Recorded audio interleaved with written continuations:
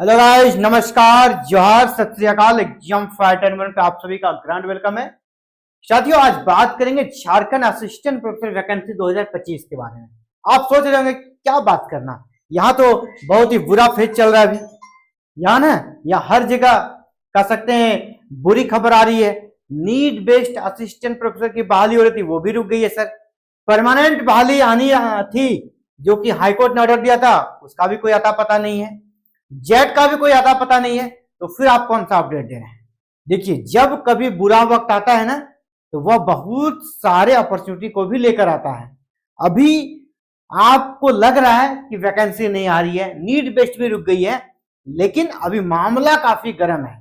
चाहे वो print media हो, चाहे सोशल मीडिया हो, चाहे हमारा विधानसभा हो, झारखंड विधानसभा, हर जगह असिस्टेंट प्रोफेसर वैकेंसी की चर्चा चल रही है। ये अच्छा माहौल बन रहा है ना, इसीलिए मनोबल को बनाए रखें, अपना जो है ना मोटिवेशन को बनाए रखें। अभी आर या पार की स्थिति में सिचुएशन है। यहाँ पर पक्ष हो या विपक्ष, पक्ष वाले, सत्ता पक्ष और सत्ता विपक्ष, दोनों ही तरफ से आवाज उठना आरंभ हो गया है कॉलेजों की स्थिति को देखते हुए। कब तक आएगी वैकेंसी, अब क्या उम्मीद है? सदन में भी गूंजने लगा है ये मामला असिस्टेंट प्रोफेसर वैकेंसी की। चाहे विपक्ष वाले हो, चाहे पक्ष वाले हो, हर कोई इस आवाज को उठा रहा है। तो मामला अभी कह सकते हैं कि आप ये सोच के रखिए, मामला अभी चैप्टर अभी क्लोज नहीं हुआ है ना, अभी फिल्म बाकी है मेरे दोस्त। सुना है ना डायलॉग? अभी फिल्म बाकी है। अभी हो सकता है एक ही झटके में सारा परिस्थिति बदल जाए। ठीक है, सारा परिस्थिति बदल जाए। जब कहीं बहुत बुरा होता है ना, वहीं से अच्छाई भी निकलती है।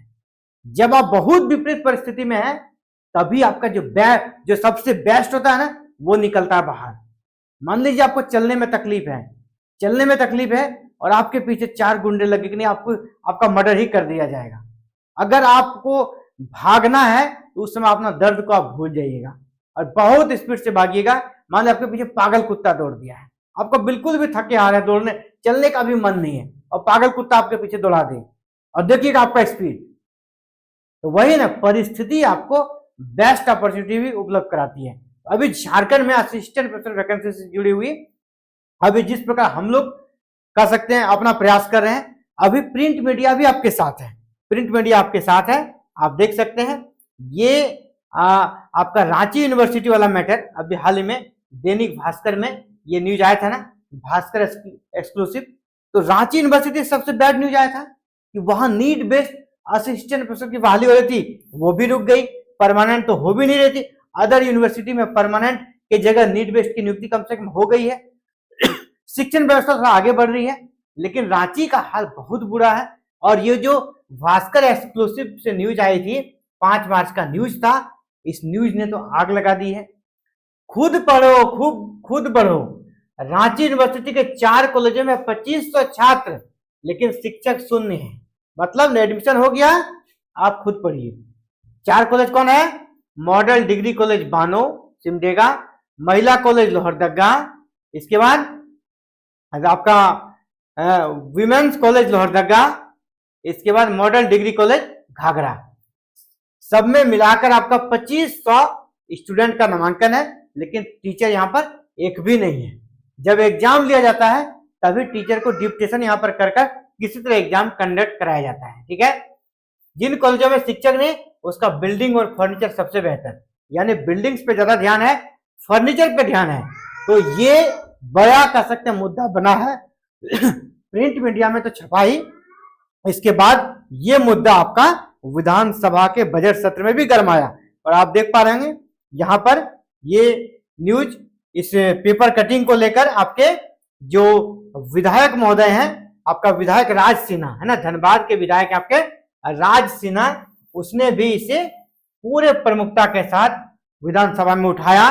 भास्कर में छपी खबर पर खुद पढ़ो दिखाते हुए कहा, रांची के 4 कॉलेजों का यह हाल है कि वहां कोई शिक्षक नहीं है।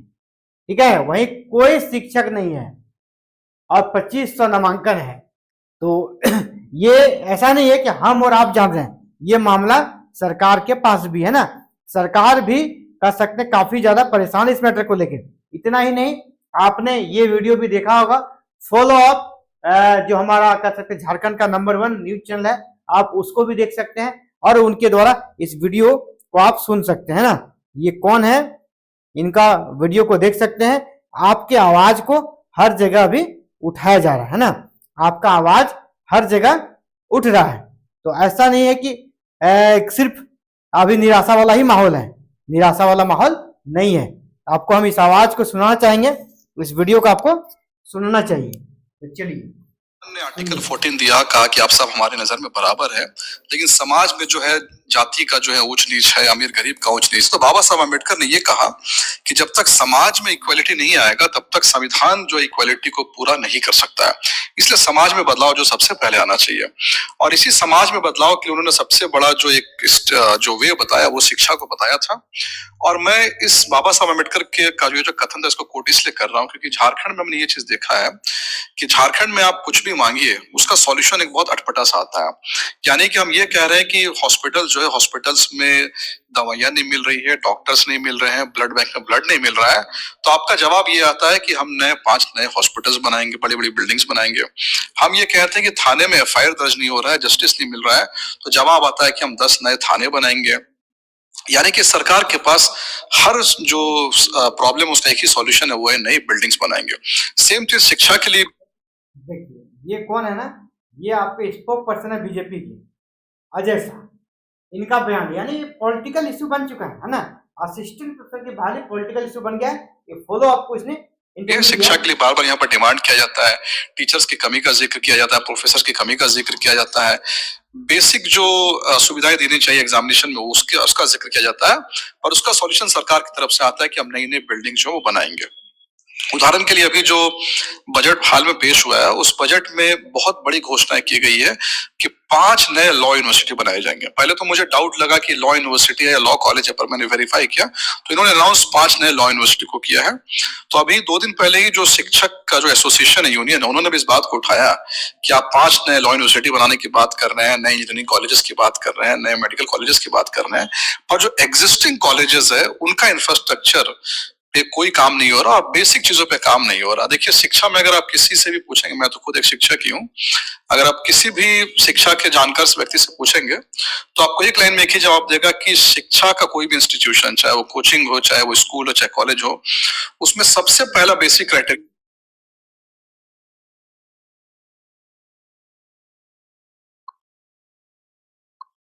तो यहाँ पे आप देख रहे थे, ये आवाज अब कह सकते हैं पॉलिटिकल इशू बन चुका है ना। ये अब सिर्फ आपके और हमारे बीच नहीं है, ये जब सदन में मामला गूंजता है ना, सदन में जब मामला गूंजता है तो वह काफी दूर तक उसकी आवाज जाती है।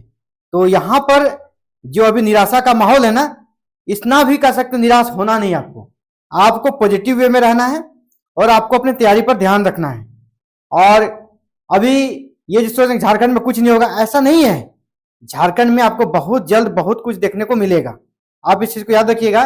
झारखंड में आपको बहुत जल्द बहुत कुछ देखने को मिलने वाला है, चाहे वो परमानेंट असिस्टेंट की वैकेंसी हो या नीट बेस्ड की वैकेंसी हो, या फिर कह सकते सरकार कुछ नया रास्ता अपनाए, लेकिन बहुत जल्द यहां पर आपको बहुत कुछ देखने को मिलने वाला है।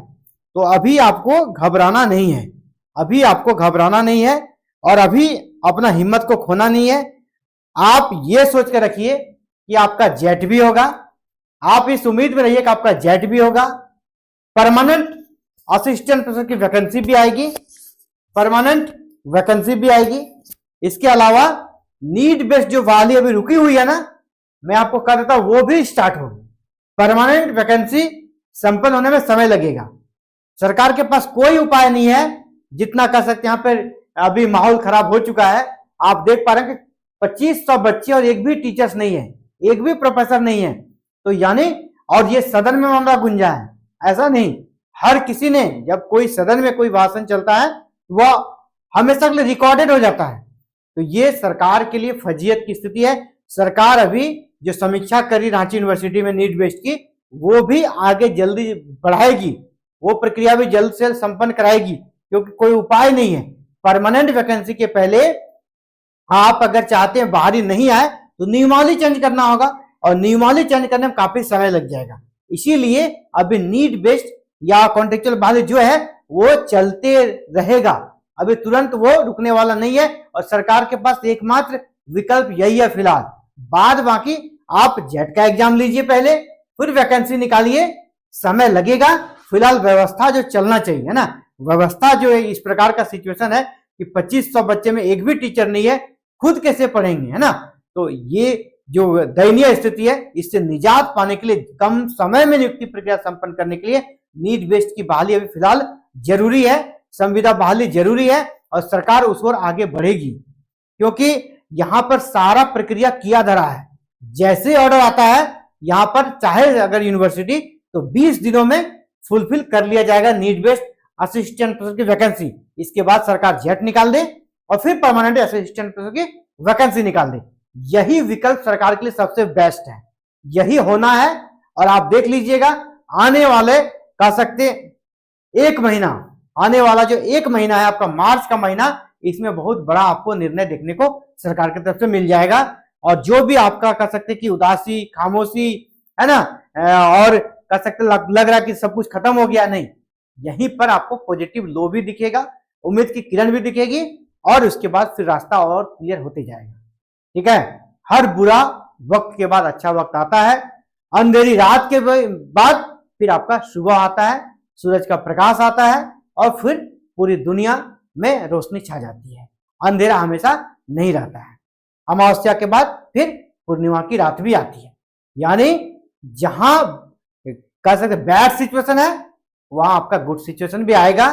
तो बी पॉजिटिव। अब आर या पार का सिचुएशन है, यहां पर वैकेंसी आएगी और जो मैंने प्रोसेस बताया आप देख लीजिएगा, आप मेरे बात को रिकॉर्ड कर लीजिएगा, इसी प्रक्रिया में ही वैकेंसी आएगी।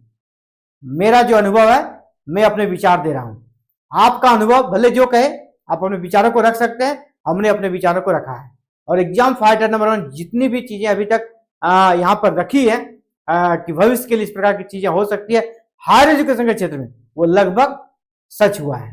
तो उम्मीद करता हूं कि ये भी सच होगा, आगे इसी प्रकार की चीजें होगी। तो आप उसी के अनुसार अपने आप को तैयार रखें, अपनी तैयारी को कंप्लीट करके रखें। बाकी एग्जाम फाइटर नंबर आपके साथ है, हायर एजुकेशन से जुड़ी हर छोटी बड़ी अपडेट आपको इस चैनल पर मिलती है और आपका बहुत प्यार भी मिलता है। और इसी प्रकार जो नए हैं, आप चाहते हैं आपको आगे के अपडेट्स पल पल मिलते रहे, है ना, हमेशा आपको अपडेट आते रहे और सबसे पहले सबसे सटीक अपडेट आए, तो चैनल को सब्सक्राइब कर लीजिएगा, बेल आइकन को प्रेस करके ऑल बटन को जरूर क्लिक कर लीजिएगा। आप सभी का बहुत बहुत धन्यवाद। जय हिंद, जय भारत, जय झारखंड।